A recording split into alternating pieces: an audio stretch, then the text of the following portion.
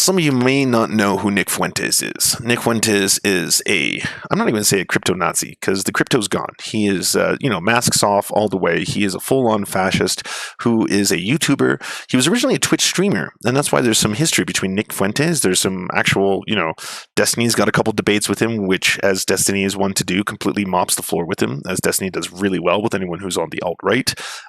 There's some conversations. He's even on a couple podcasts with Hassan and Destiny and Trainwreck, I think even has one with him. Regardless, Nick Fuentes is an absolute piece of shit, and now he's been relegated to the platforms that will still have him. Of course, those being DLive, the streaming platform for libertarians, and YouTube, the platform that seems to have a big problem with cleansing the Nazis within. Also, Twitter. Twitter seems to have a pretty big problem with that as well. And if you're wondering, is that actually a problem on Twitter? Well, for a very long time, Richard Spencer was a blue checkmark member, and Richard Spencer is still on the platform. I mean, I don't know what Richard Spencer has to do to actually be recognized as, the full-on white nationalist that he is. But Nick Fuentes is on there too. Nick Fuentes went from having, I think, something around 17,000 Twitter followers to an astounding 20,000 to now 70,000 Twitter followers. And the big reason happens to be is that he has started a war with the right, particularly with Charlie Kirk. Now, hold on. I know what you're thinking. Let them fight. And I'm with you. I'm totally with you. You'll love to see it. In fact, it's been nothing but absolutely hilarious. We've all seen the memes, right? I'm sure anyone realized not too long ago that Donald Trump Jr. has a book tour going on for his book, which is just so cleverly titled Triggered. And what exactly happened at that event? It happened that way. Sorry, that's going to be horrifically loud. We're willing to listen. We're willing to listen.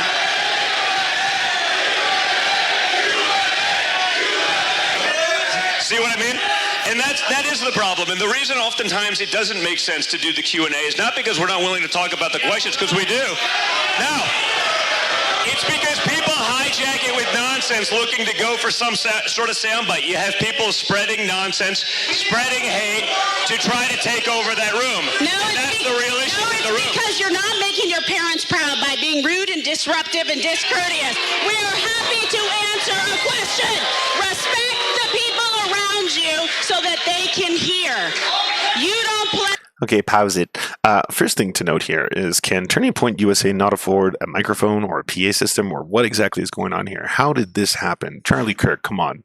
You spend so much money on cranial surgery that you can't even afford a decent microphone, PA system for your platform. I mean, that's just egregious. But a lot of people are probably wondering, who exactly is screaming and yelling at them? I, at the time, thought it was probably, liberals, progressives, sock dems, leftists, but no, this is the Nick Fuentes army who have been sent by Nick Fuentes to start yelling at what they consider not to be true Republicans. They're not the true conservatives, after all.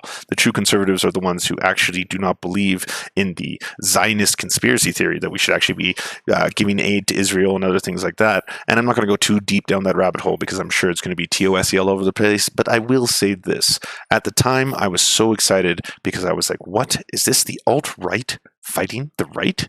Can this possibly be true? And sure enough, it was. You don't play by the same rules. Let me tell you something. I bet you engage and go on online dating because you're impressing no one here to get a date in person. So here's the thing, though.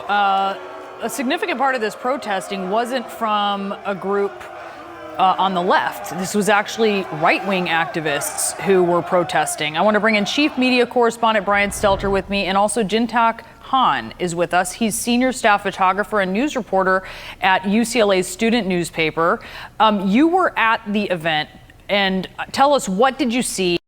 And, I made a tongue-in-cheek tweet about this where it's like, the left cannibalizes itself so often that I'm surprised we weren't reveling more in this because we're so used to it, right? In fact, we probably just thought this was business as usual, It's just another Monday, C'est comme la vie, c'est la vie bohème. Moi, je connais pas qu'est-ce qui se passe, mais c'est la vie. But then things got worse. They continued to progress, if you will. Then this happened again at a Charlie Kirk, one of his other Turning Point USA things, where he actually had a panel and he started talking about how Nick Fuentes is an alt-righter, how we shouldn't be enabling members of this ilk, shall we say. And that backfired as well. a whole bunch of people started screaming at Charlie Kirk to the point that Charlie Kirk had to actually expand his cranium to the point that it became a balloon, and he actually levitated out of that environment. This is all true, 100% fact. Now, again, I was curious, what exactly is going on? Trump's son being harassed from the right seemed surprising, but the heckling represented a new height for a growing movement that's been seeded by Nick Fuentes, a white nationalist upstart who's been taking advantage of major tech platforms to gain prominence. The increasingly prominent racist had been feuding with Charlie Kirk, Donald Jr.'s friend and the founder of Turning Point USA, an organization for young conservatives with chapters at colleges nationwide. Now, I'm not one to really turn to Mother Jones, and here's one of the reasons. There's a big journalistic error already happening at the start of this article, because if you're going to be talking about prominent racists, you should be still including people like Charlie Kirk and Turning Point USA in that terminology, but, I digress. But I hope he still doesn't have a blue check mark. Is that true? Oh, I need to know. Does he still have a blue check mark? If so, that is just going to depress me to no end.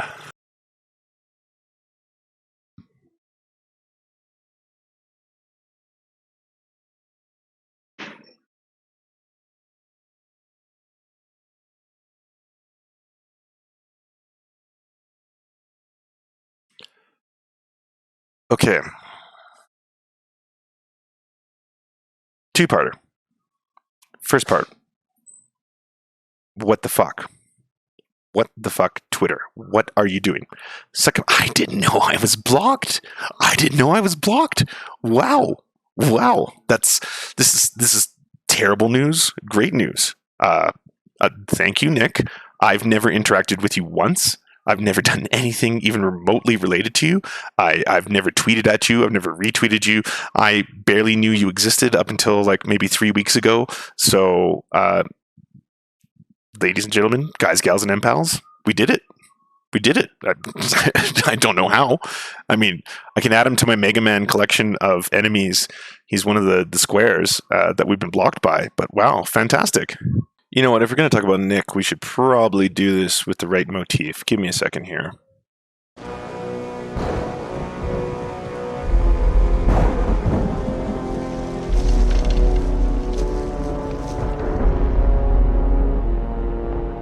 The fertility rates. We need you to be making more beautiful white Christian babies. Enough is enough. You know what the problem is? All the Muslims coming into Europe.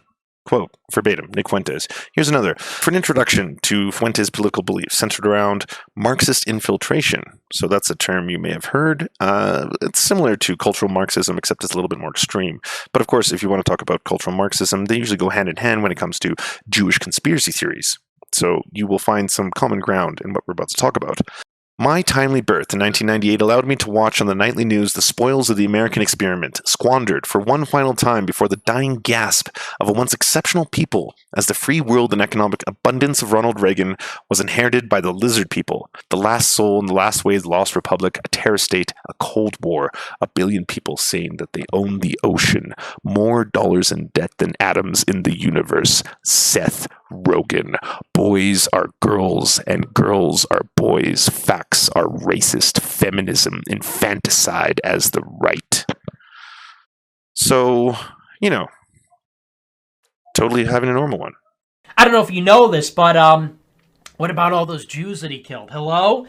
Yeah, I guess the only problem was that he was a globalist. How about the 200 to 300,000 Jews that he killed during the Holocaust, idiot? So what you just heard there, and that's about that's the most I could probably tolerate from listening to this individual, is a very common Holocaust denier tactic, which is to downplay the amount of individuals who were actually killed in the Holocaust. Now, conservative estimates, 6 million is about the number of Jewish individuals who were murdered in the Holocaust, but 200 to 300,000. Very, very telling. And, I mean, that's to me what is staggering is just how obvious it is. It's like they're not even pretending.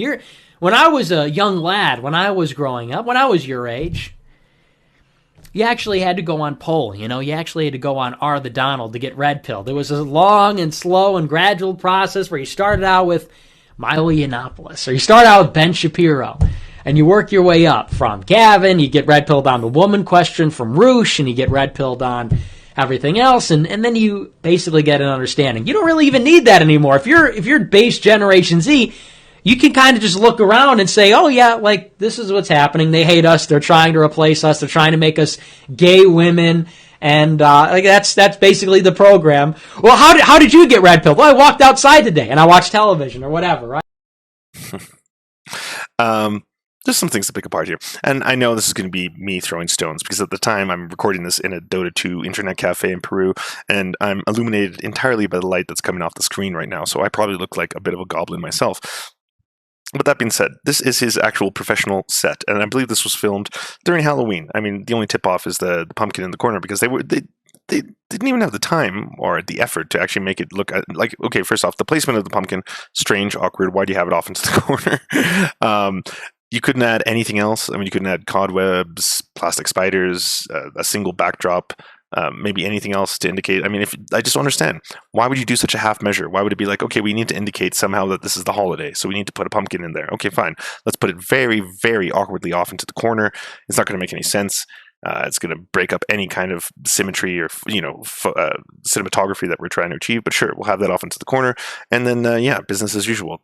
His actual set, and anyone who has had the displeasure of watching his actual YouTube broadcasts will see that the whole thing is filmed in something like 18 frames per second. It's very, very low budget, but again, he's filling a gap. And he's filling a very, very huge... Well, I mean, this is a monstrous gap that has been left open by a whole bunch of different individuals.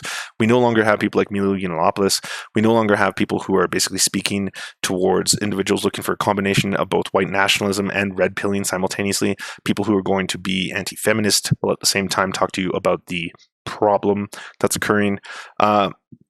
And again, Nick Fuentes, he would be a relatively small note, something that we would never have to talk about, but now is on the rise. And he's on the rise both in the amount of YouTube subscribers and views that he's getting, the amount of money he's generating through super chats, the enormous explosion of fame that he's had on Twitter, to the point that he's gotten a blue check mark, which is still there, and over 70,000 subscribers. And by the way, thanks for blocking us, Nick. I had no idea we even knew each other. But anyways, you watch any kind of video. Let's say it's just Lego building blocks, all right? So you want to watch a video on Lego blocks or Lego animations. You do that, and then all of a sudden, the right side of your YouTube feed is filled up with a whole bunch of videos you have no interest in, or maybe you didn't think you had interest in, such as usually Jordan Peterson owning college campuses, Ben Shapiro owning college campuses owning Ben Shapiro and Jordan Peterson while owning a college campus. It's a giant cycle in a circle, and you're probably wondering why all this happens. This has a lot to do with the algorithms and the way that YouTube works. It also has to do with what is called the alternative influence network and how these individuals connect to one another. So we pointed this out originally when we made a video on Joe Rogan. We started with Joe Rogan. So say you're a fan of Joe Rogan, and that's not a horrific thing in and of itself. You start watching his show.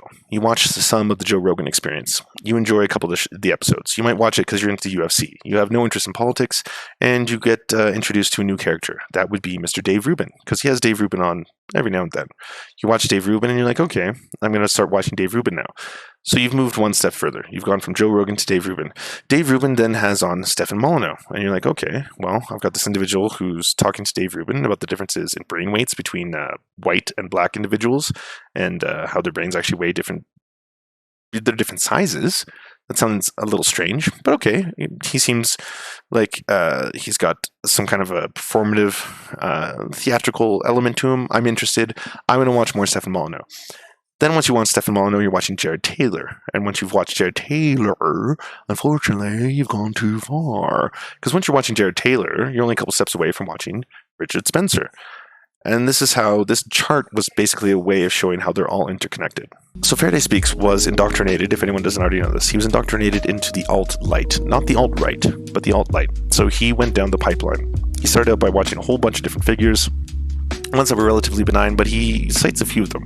One of them being Stefan Molyneux, and then Stefan Molyneux obviously introduced him to Jared Taylor, who then of course introduced him to a huge amount of people, but one of the most influential people he said to him was Lauren Southern, and what he believed Lauren Southern to be explaining to him, at least prophesizing to him. He was also a little bit in love with her at the same time, but he thought Lauren Southern was completely right about the Great Replacement. That is, of course, the conspiracy theory that white people are being bred out of existence.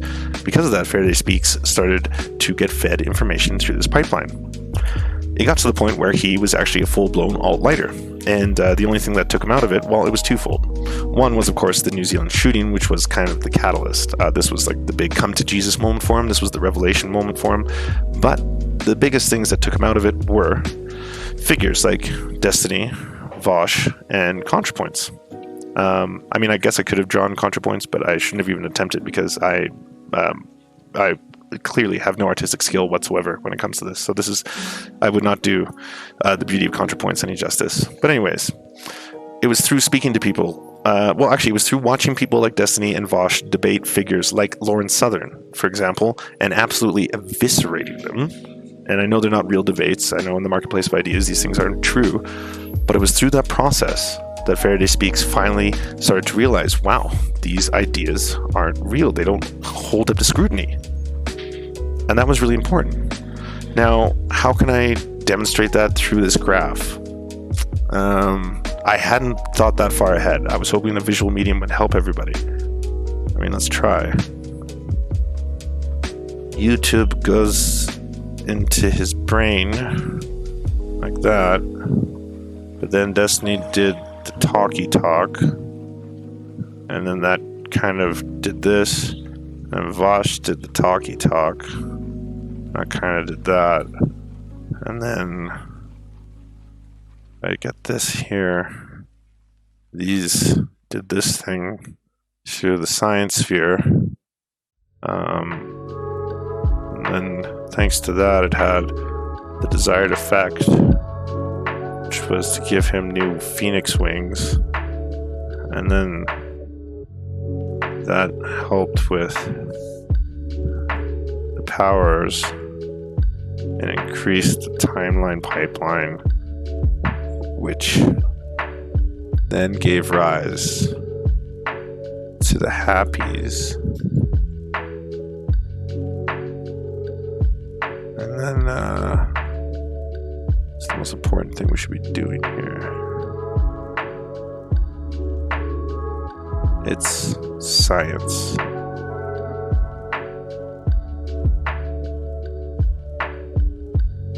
All right, wow.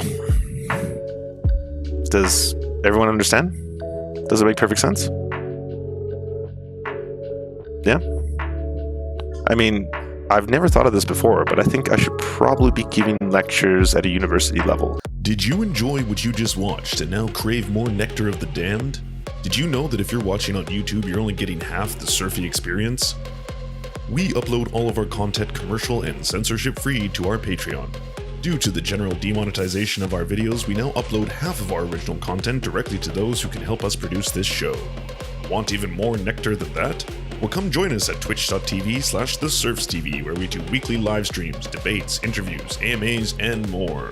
If you're an Amazon Prime member, you can help support our show 100% free by subscribing to our Twitch channel. So come join us, be merry, and know that your support is helping us do great things. We would like to thank Miranda Marone for being our Lord and Savior. Please go subscribe to their SoundCloud and help support their art as they're helping support ours. We'd like to thank our lords, Ricky Pilgrim, I'm Raft, Michaelia Schmidt, Molly thinks she's cool. They are the pillars of our organization and helping us complete great things. And now presenting our Knights of the Round Table. Josh Mickelson, Schizosaurus, Dr. Zayas, Dylan Blythe, Paul Parfit, Andre Lynn Epperly, Daniel Kahn, Josh Mickelson, Angela, Jed Lewis, Cooper Pilot, and Todd Lajeunesse.